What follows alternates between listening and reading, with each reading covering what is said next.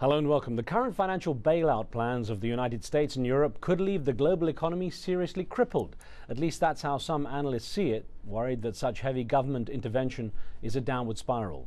On Tuesday night, US President Barack Obama warned the nation that the signs of progress in America's economy are dependent on the public supporting his $3.6 trillion budget. The president sees approval of his plan as inseparable from this recovery. While the United States has chosen financial injections to fix the economy, other nations are resisting calls to increase the scale of their fiscal stimulus. And as G20 nations prepare to meet in London next week, the transatlantic tensions over the handling of the global economic crisis are intensifying. On Wednesday, the Czech Prime Minister, who's currently President of the European Union, harshly criticized the US stimulus measures. All of these steps, their combination and their permanency, is a way to hell. We need to read history books and revisit the lessons taught by history. And the biggest success of the Spring European Council was the refusal to go this way. On today's program, we're asking, what are the implications of government intervention in the economic crisis? Remember, you can join our conversation with your questions and comments. Just log on to livestation.com/AJE and enter the chat room to take part. And we also welcome your phone calls on the show. Well, to discuss some of the risks in such heavy government bailouts, I'm joined by Dr. Alexander Mirchev, founder and president of Krull Corporation, a Washington-based economic consultancy. He began his career as a socialist leader during the transitional period of Bulgaria from the Soviet era. Today, he's a free market proponent and calls the bailout packages cash for trash. Dr. Mirchev, good to have you here. Very nice seeing you again. Now, is this really a global depression? Are we basically in denial and just not willing to admit it? Actually, as far as I'm concerned, this is probably the most important, depend how you calculate it, $3 or $6 trillion question. And the whole story is that the D word, the depression, is actually the elephant in the room. It's not that much talked or analyzed, but most of the measures that are taken worldwide by different governments are actually tackling this particular issue. To what extent we're heading toward a depression, what is going to happen if we enter this one, and that's why we have such a quick and heavy, across the board, all around the world, heavy governmental involvement in intrusion into the markets, virtually unprecedented. What's wrong with the bailouts? What's wrong with the government saying, we're going to be here to save you? Oh, there is nothing wrong with this to start with, but there is a lot of unintended consequences starting from such a premise.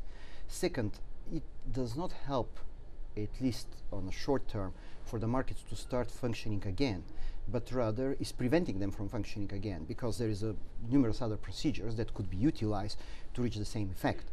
Actually, what is happening now is the bailouts are a substitute in a way for a quasi bankruptcy, for a quasi different type of procedures, via avoiding all this to get the same effect, to get the toxic assets priced, to get the economy functioning, to get all this in order. But at the same time, we know very well from our experience that the government is probably not the best steward of the markets. And if you believe that the government could save you, why not believe that the government could run the companies? And this could continue.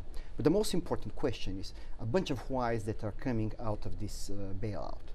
What is going to happen when we have this enormous intrusion via channels that hasn't been tested before, or at least hasn't been tried under such circumstances?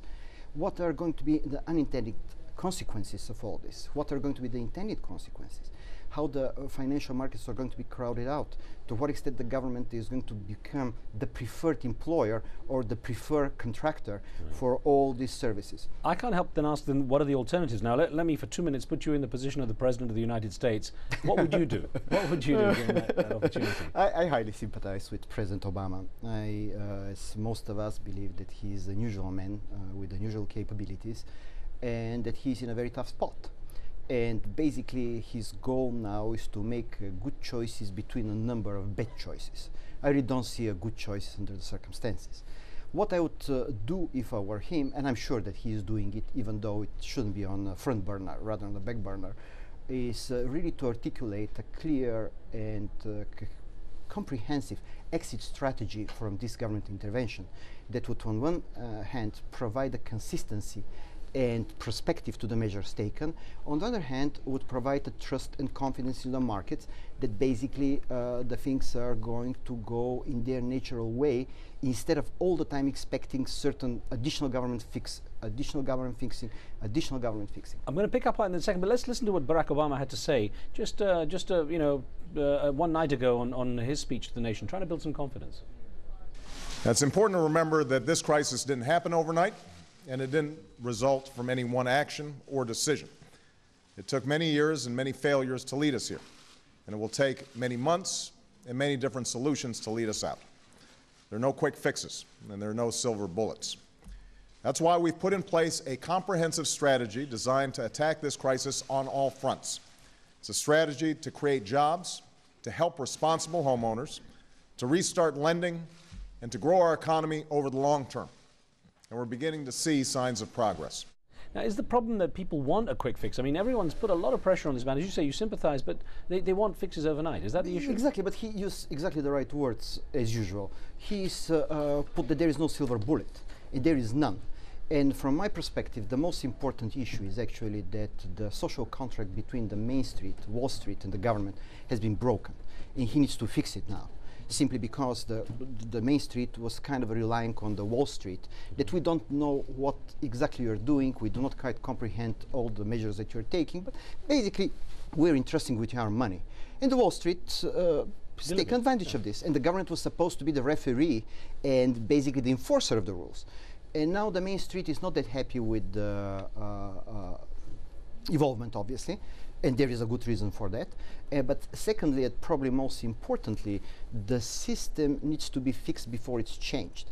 And probably the biggest challenge in front of President Obama, and not just in front of him, but he's the leader of the free world now, and he's taking this responsibility, is actually not to try to put the genie back into the bottle, but rather to acknowledge the new financial realities, the new political realities that led to this debacle, and to try to gradually put in place a system that would address these global imbalances, the way the economy is deleveraging now, the failure of the financial system to be functioning under such a stress, the emergence of extremely important players worldwide that obviously would need to have their say to be on the table in a different way. So the new players on at the table now, is that what Oh, you're absolutely. saying? Right. And yeah. Let me get Abdi on the line from London. He's called in with a question. Go ahead, Abdi. Yes, good evening, Mr. Riz Khan. Go ahead, please. Hi. Yes, my question is, that we know that the recession has begun from the United States or the Wall Street itself, but now the decision that is, that has been taken by Mr. Obama, the stimulus that we have. Oh, we lost Abdi. Interesting thing. He says, the pressure is on, the blame is on the United States. Is it entirely the U.S.? Of course not. It always takes a two for tango. And in this particular case, it took the whole dance school. Everybody is involved into this. The disbalances did not happen because somebody wants to take them. Somebody was taking all this. They've been created with the willing participation and gleeful participation for all the parties involved. The bubbles are not done somehow secretly during the night. A lot of people took advantage of this, and I could give a lot of quick examples along the lines, but I'm sure that all members of your audience could think about them themselves. A question came from our live station chat room, which takes place as we are talking now. It's live on the internet. And Pierre in the chat room says, is the bailout plan a form of socialism or state capitalism? Actually, that was something that I was intended to comment, but stopped myself because, it's the nature of the show. You could not speak forever. That with the President Obama's plan, it's not tested to the extent that each and every party, each and every segment of the society, and all of the important players see into the plan what they want to see. And the very existence of a plan is creating confidence, is creating movement, and it's good. But regarding the socialism, of course, this enormous state intervention is creating mechanisms, and I'm extremely sensitive to this. Obviously, coming from that background. Exactly. I simply don't believe that the government is the solution. It could be a solution to a certain problem. It has a role to play, but at the end of the day, we are better off without this. But there is a paradox. From this moment up to this moment, what do we have is actually state money going to the private sector. In the socialism, exactly the other way around. So the picture is much more complicated and much more complex. The point is how this is going to be regulated, what this is going to mean at the end, whether we are going to acknowledge the new realities, the new financial realities that has emerged in the course of the last 5-10 years. You pretty much came from the White House to join us here, and you're, you know, in the sense that you're asked a lot to go across to the advise people in the governments across the world. It's something they come and talk to you about. You know, you're asked to get involved with plans for this. Do you find that, you know, you stir it up? They don't like to hear what you have to say, but for some reason they keep calling you back. I think that as any thinker or consultant or economist, you are basically asked to provide your opinion to the best of your understanding and knowledge. At the same time, you're not perceived as a player of the team. You're not a decision maker. Right. At best, you're providing your opinion. And usually the smart leaders all around the world would like to take the advice from a different quarters, from a different perspective, with a different background that is actually enriching their solution. And here we have such an enormous complexity of the issues that are on the table. And even the attempt to fix it locally in the States is not going to work. If you return to the question of the blame, basically it's a widespread set of problems. And the biggest problem is probably that is coming our way is in a way the fragmentation of the world markets. You know, we have a lot of trade unions, a lot of arrangements that were dormant more or less, and suddenly they're operating full-blown speed ahead.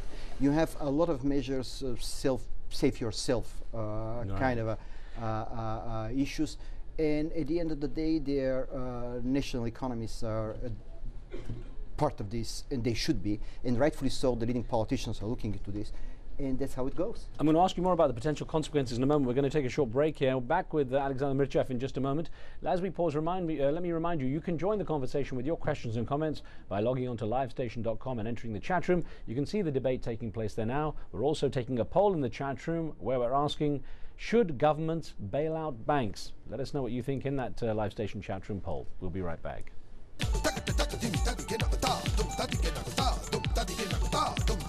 Dum